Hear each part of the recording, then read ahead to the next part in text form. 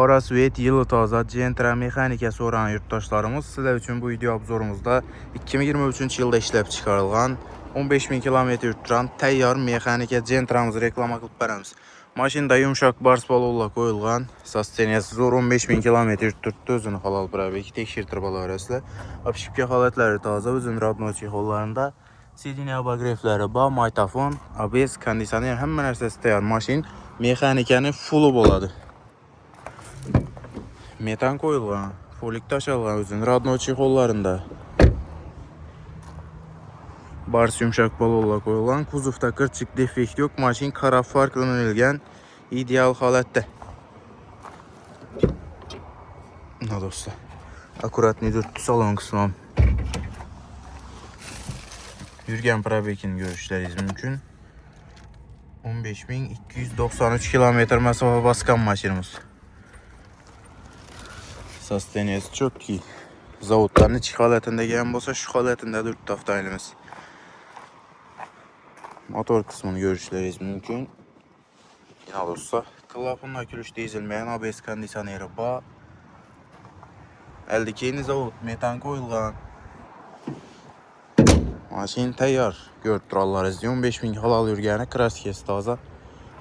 Təyyar halətdəki Qara Svet Gentra mexanika 2023. Metan ba.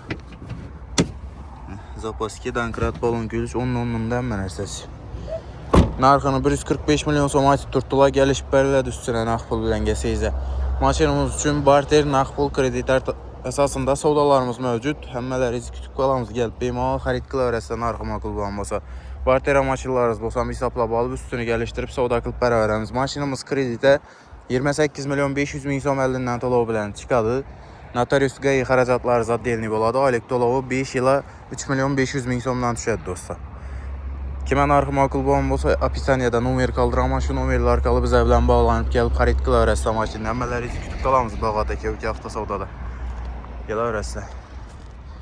Sizlərə şu video davamında yenə bir video müraciətdə qəbul qılsazlarım boladı. Hazırda Nexia 1, Nexia 2, Matiz, Tiko avtomobillərimiz savdası çok iyi tutturdu. Kanalımıza girib görsəyizlərəm biləsilər, çik savda olub duranını, çik maşinlər köp satılıb duranını. Yine dostlar 2, 4, 6, 7 dana Vibor'umuz kaldı Nexia 1, Nexia 2'lerden. Şunun üçün sizlərə təvsiyə qılıb qalaman Nexia 1, Nexia 2, Matiz, Tiko həm də Spark avtomobilləriniz, bolsa gəlişlərinizi gəlavrəsilər. Narxlardan klient köp savda zor kütüb qalan zəmələrinizi like basıb videonun üçün Qara Svet Gentra mexanikanı yılı taza sasteniyası zor təyyarının alamanda birgən dost danışlar bolsa yüvərib qoyamız. 24 saat xidmətlərimiz gəlavrəsilər. Rəhmət.